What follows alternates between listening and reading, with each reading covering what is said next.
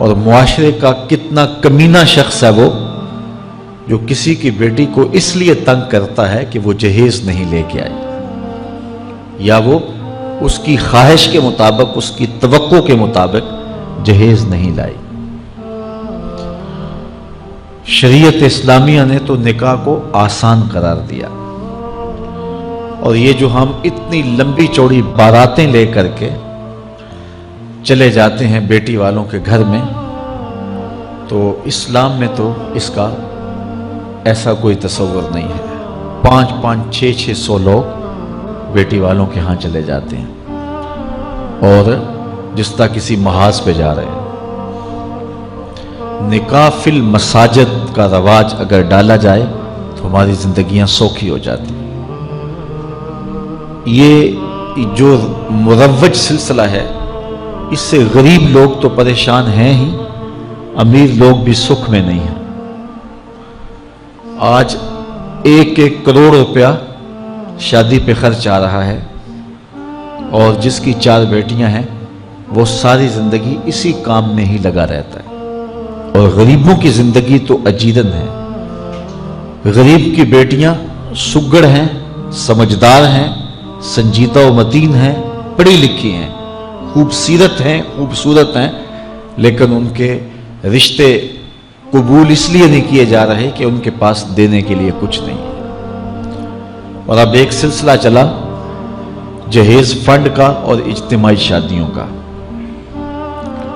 تو شاید کسی کے لیے اس میں تسکین ہو، لیکن میں تو ایک مرتبہ ایسی تقریب میں گیا ہوں تو دکھی ہو کے آیا ہوں۔ ہر شخص کا اپنا مزاج ہوتا ہے، مختلف تنظیمات، مختلف لوگ غریب بچیوں کی اجتماعی شادیاں کر رہے ہیں، تو میں ایک تقریب میں مجھے کھینچ کے کچھ لوگ لے گئے۔ میں نے کہا مجھے تجربہ تو نہیں ہے، لیکن مجھے لگتا ہے کہ میرے لیے تکلیف کا سامان ہوگا، اور دوست جس مقصد کے لیے مجھے لے کے جا رہے ہیں تو ان کا مقصد بھی پورا نہیں ہوگا۔ ایسا ہی ہوا، ایک ہال میں 15 سے 20 بچیاں تھیں، اور دوسری جانب 15 سے 20 بچے تھے، اور ان کے مہمان، ان کا ہجوم تھا، اور اسٹیج کے اوپر جو کرسیاں لگی تھیں ان پر مخیر حضرات بیٹھے ہوئے تھے جنہوں نے سرمایہ لگایا اور جہیز فنڈ دیے، اور تنظیم کے لوگ آ کے اپنی کارکردگی بیان کر رہے تھے۔ تو آخر میں انہوں نے مجھے کہا کہ ہم آپ سے کچھ سننا چاہتے ہیں، تو میں نے بیٹھے بیٹھے کہا کہ میں دعا کر دیتا ہوں، لیکن ان کا اصرار بڑھا، تو میں نے مائک پہ آ کے کہا کہ انسان کی زندگی میں 3 موقع ہوتے ہیں جس دن وہ مہمان خصوصی ہوتا ہے، اور سب لوگوں کی نظر اسی کے چہرے پہ ہوتی ہے۔ ایک جب وہ پیدا ہوتا ہے تو کالا کلوٹا بھی ہو تو ساری بستی اس کا منہ دیکھنے آتی ہے، اور اسے بہنیں چاند کہہ کے پکارتی ہیں، چاہے اس کا رنگ گہرا سیاہ کیوں نہ ہو۔ دوسرا موقع انسان پر اس وقت آتا ہے جب وہ دولہا بنتا ہے، تو سارے لوگ اسی کو دیکھتے ہیں، اور وہ نگاہوں کا مرکز ہوتا ہے، اور چیف گیسٹ وہی ہوتا ہے۔ اور تیسرا وقت اس کے اوپر تب آتا ہے جب وہ چٹا لٹھے کا لباس پہنتا ہے، تو سارا شہر اس کا منہ دیکھنے آتا ہے۔ تو میں نے کہا ان غریب لوگوں سے آج تم نے یہ حق بھی چھین لیا۔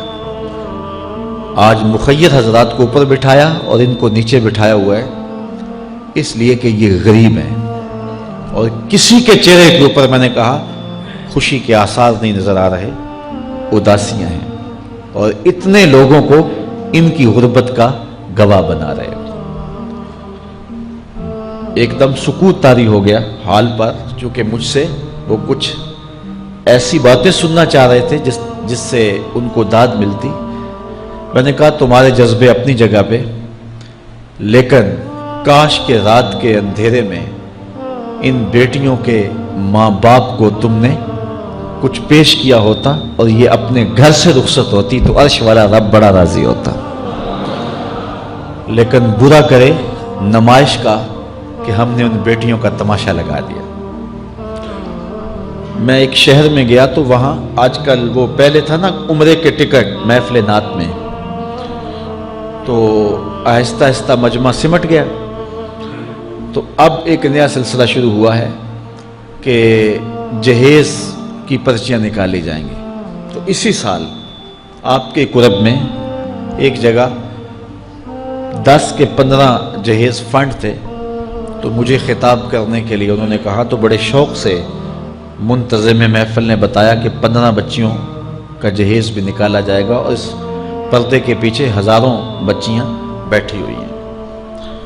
تو میں نے اپنی گفتگو میں کہا کہ یہ ظلم نہ کرو، یہ زیادتی نہ کرو، تمہارے پاس 100 لوگوں کا کھانا ہے تو 500 لوگوں کو نہ بلاؤ کہ تم قرعہ اندازی کر کے 100 آدمیوں کو کھانا دے دو اور 400 آدمیوں کو کہو کہ تمہارا نام نہیں نکلا۔ تمہارے پاس 100 کا کھانا ہے تو 100 کو ہی پردے سے بلاؤ اور ان کو کھانا کھلا دو۔ میں نے کہا 10,000 بیٹیاں اس پردے کے پیچھے بیٹھی ہیں آپ کے بقول، اور آپ ان میں سے چند کو قرعہ اندازی کے ذریعے جہیز فنڈ دے رہے ہیں۔ ہر پرچی پہ 10,000 بیٹی کا دل دھڑکے گا کہ شاید میرے مقدر جاگ پڑے اور غموں کی سیاہ رات ختم ہو گئی، لیکن جب آخری پرچی کے بعد اعلان کیا جائے گا کہ قرعہ اندازی مکمل ہو گئی، تو کتنی بیٹیاں گھروں میں جب واپس جا رہی ہوں گی تو تم نہیں جانتے ان کے قدم کتنے بوجھل ہوں گے، اور رسول اللہ کا میلاد ہو اور بیٹیاں آنسو بہاتی ہوئی جائیں۔ تو میں نے کہا تم خوشیاں خریدنے لگے تھے، غم خرید لیے تم نے، خوشیاں بانٹنے لگے تھے، غم بانٹ لیے تم نے۔ تو یہ زیادتی نہ کرو، یہ جو رواج پڑ رہا ہے یہ اپنی نمائش کے لیے، خدا را آگے تم نے عمرے کے ٹکٹ بانٹے، بہت کچھ کیا لوگوں کو اکٹھا کرنے کے لیے، اور کیا کیا رنگ اپنائے گئے۔ میں نے کہا وہ اچھا تھا، چلو مجھے اس پر بھی بات ہے، لیکن چلو میں نہیں کرتا، لیکن یہ ظلم نہ کیا جائے کہ محافلات میں مجمع اکٹھا کرنے کے لیے جو ہے وہ غریبوں کی بچیاں بلا کر کے تو 10 کو آپ دے کے باقیوں کو کہیں کہ معذرت ہمارے پاس اتنا ہی تھا۔ تو آپ کے پاس 100 کا کھانا ہے، 100 کا پانی ہے، تو 500 پیاسوں کو نہ بلائیں، 500 بھوکوں کو نہ بلائیں، 100 کو ہی بلا کر کے پردے سے جو ہے وہ ان کی مدد کریں۔ تو میں یہ کہتا ہوں کہ ہم جہیز فنڈ دینے کی بجائے، یہ جب تک یہ حالات ختم نہیں ہوتے، ہمیں خفیہ طور پہ یہ بھی کرنا چاہیے، لیکن ساری قوم ادھر لگ گئی ہے، تو اس کی بجائے ہمارے علماء کو، ذمہ دار کو، یہ مختلف چینلز کے اوپر یہ جو ٹاکنگ ہوتی ہے اس پہ گفتگو ہونی چاہیے کہ اس رسم کو ختم کیا جائے اور معاشرے کی تربیت کی جائے کہ بیٹیوں کا رشتہ اس لیے قبول کیا جائے کہ وہ دیندار ہیں، وہ پردے دار ہیں، وہ سگڑ ہیں، وہ پڑھی لکھی ہیں اور ان کے اخلاق اچھے ہیں، یہ معیار بنایا جائے، دولت کو معیار نہ بنایا جائے۔ اس طرح معاشرے پس جائیں گے اور معاشرے کے پلے کچھ بھی نہیں بچے گا۔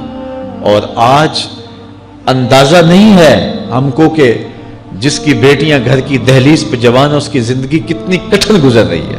کوٹھے تے چڑھ ویخ فریدا تے گھر کر بلدی اگ، میں جاتا دل دکھی میرا پر دکھی سارا جگ۔ تو پورا معاشرہ اس وقت اس اذیت سے، اس کڑن سے گزر رہا ہے کہ بیٹیاں جوان ہیں اور رشتے نہیں مل رہے، اور پھر اگر رشتے مل رہے ہیں تو بیٹے والوں کے نخرے ہی بڑے عجیب ہیں، اور پھر جس طرح وہ بیٹیوں کو، غریبوں کی بیٹیوں کو لونڈیاں بنا کے اپنے گھروں میں رکھتے ہیں، تو یہ ایک الگ درد کی اور دکھ کی کہانی ہے۔ میرے پاس لوگ آتے ہیں، دعا کیجئے، کاروبار نہیں ہے، معاشی بحران ہے، مالی پریشانیاں ہیں، بچے کے امتحان سر پہ ہیں، بہت سارے مسائل لے کر لوگ آتے ہیں، لیکن کوئی نہیں، لوگ حوصلے سے مصائب کا مقابلہ کرتے ہیں، کاٹتے ہیں۔ لیکن کچھ لوگ آتے ہیں دعا کے لیے تو بات کرتے ہی آنکھیں چھلکنے لگتی ہیں اور میرا دل بھی قابو میں نہیں رہتا۔ لوگ کہتے ہیں کہ حضرت دعا کرو، بیٹی سسرال میں دکھی ہے، اللہ سکھ دے دے۔ تو میں دعا بھی کرتا ہوں، لیکن میں تنہائی میں جا کے روتا ہوں کہ اس درد کا مداوع کیا ہے، اس دکھ کا علاج کیا ہے، اور معاشرہ تیزی سے اس تکلیف کی طرف بڑھ رہا ہے، اور طلاق کی شرح بھی جو ہے وہ بڑھتی چلی جا رہی ہے۔ میرے پاس ایک دن ایک صاحب آئے، ساتھ ان کی بیوی تھی، اور میں انہیں جانتا ہوں، عزت دار لوگ تھے۔ تو انہوں نے کہا کہ ہم آپ سے کوئی تنہائی میں بات کرنا چاہتے ہیں۔ تو ان کے اپنے عزیز تھے، بیٹیاں اس شخص کی زیادہ ہیں، اپنے عزیزوں میں شادی کر دی۔ تو اس وقت انہوں نے طے کر لیا کہ کوئی بات نہیں، ہم جہیز نہیں لیتے۔ لیکن وہ باپ بلک بلک کے مجھے کہہ رہا تھا کہ کتنے دنوں سے میری بیٹی گھر آ کے بیٹھی ہوئی ہے، اور وہ کہتے ہیں کہ اتنی دیر واپس نہ آنا جب تک تیرا جہیز پورا نہیں ہو جائے گا۔ میں کہتا ہوں کتنا صفاق معاشرہ ہو گیا ہے اور کتنے کٹھن حالات ہو گئے ہیں۔ تو جب معاشرہ اس کیفیت میں چلے جائے تو پھر انارکی پھیلتی ہے اور معاشرے پھر قائم نہیں رہتے۔ تو کتنی باپ کی دہلیز پر بوڑھی ہونے والی بیٹیاں، ان کی سسکیاں، ان کی آہیں اور ان کی چیخیں اس معاشرے کو بے چین کی ہوئی ہیں۔ تو امیر لوگوں کی ذمہ داری ہے کہ وہ غریبوں کے دکھ بانٹ لیں۔ اللہ تعالیٰ ارشاد فرماتا ہے کہ فَقُّ رَقَبَةٍ او اطعام فی یوم ذی مسغبہ، کسی پھنسے ہوئے کی گردن چھڑانا یہ بڑی نیکی ہے۔ تو اس وقت غریب کی بیٹیوں کا رشتہ کوئی قبول نہیں کرتا۔ اگر کوئی نوجوان اور اگر کوئی سرمایہ دار غریبوں کی بیٹیاں قبول کر لے تو یہ اس کی مہربانی ہوگی، اور اگر یہ نہیں کر سکتا تو کم از کم ان بیٹیوں کی شادیوں کا اہتمام کیا جائے، لیکن یہ مہربانی کی جائے کہ غریبوں کی بچیوں کو نمائش گاہ میں نہ کھڑا کیا جائے اور ان کی غربت کا تماشا نہ بنایا جائے۔ رات کی تنہائی میں ان کے ماں باپ کی خدمت کی جائے تاکہ وہ اپنی بیٹیوں کو عزت سے اٹھا سکیں۔ میرے حضور نے ارشاد فرمایا وَرَجُلٌ تَصَدَّقَ بِصَدَقَةٍ فَأَخْفَاهَا حَتَّى لَا تَعْلَمَ شِمَالُهُ مَا تُنْفِقُ يَمِينُهُ، جس شخص نے تنہائی میں خیرات کی کہ دائیں ہاتھ نے جو خرچ کیا بائیں کو پتہ بھی نہ چلا، قیامت کے دن جب کوئی سایہ نہیں ہوگا اللہ اس شخص کو اپنے عرش کا ٹھنڈا سایہ عطا فرمائے۔ تو یہ جو اجتماعی شادیوں کا ماحول ہے، تو اگر اس کو ہم اس میں تبدیل کر لیں کہ غریبوں کی عزت نفس مجروح نہ ہونے پائے، تو اللہ تعالیٰ یہ توفیق نصیب فرمائے اور معاشرے کے اندر ایسے لوگ نکلیں جو معاشرے کے دکھ بانٹتے ہیں۔ اور علماء کو منبر و محراب سے زوردار آواز اٹھانی چاہیے کہ یہ جو رسم پیدا ہو گئی ہے جہیز کی، اور اس کے بغیر بیٹیاں گھر سے رخصت نہیں ہو سکتی ہیں، تو اس کو ختم کیا جائے اور اس کے خلاف عملی جہاد کیا جائے، اور اس کے لیے امیر لوگ نمونہ بنیں۔ غریب لوگ تو نمونہ بن نہیں سکتے، مشکل ہے ان کے لیے، لیکن امیر لوگ اگر نمونہ بنیں تو وہ بن سکتے ہیں اور معاشرے کے اس ناسور کو ختم کیا جا سکتا ہے، اور غریبوں کی بیٹیاں عزت سے اپنے پیا گھر سدھار سکتی ہیں، اور ان کو جو ہے ان کے ماں باپ کو تسکین کی اور چین کی نیند آ سکتی ہے۔ آج میں نے نکاح کے حوالے سے بہت ساری باتیں کرنی تھی، لیکن عنوان ادھر چلا گیا چونکہ یہ ایک سلگتا ہوا مسئلہ ہے اور ہمارے معاشرے کو کاٹ رہا ہے اور توڑ رہا ہے۔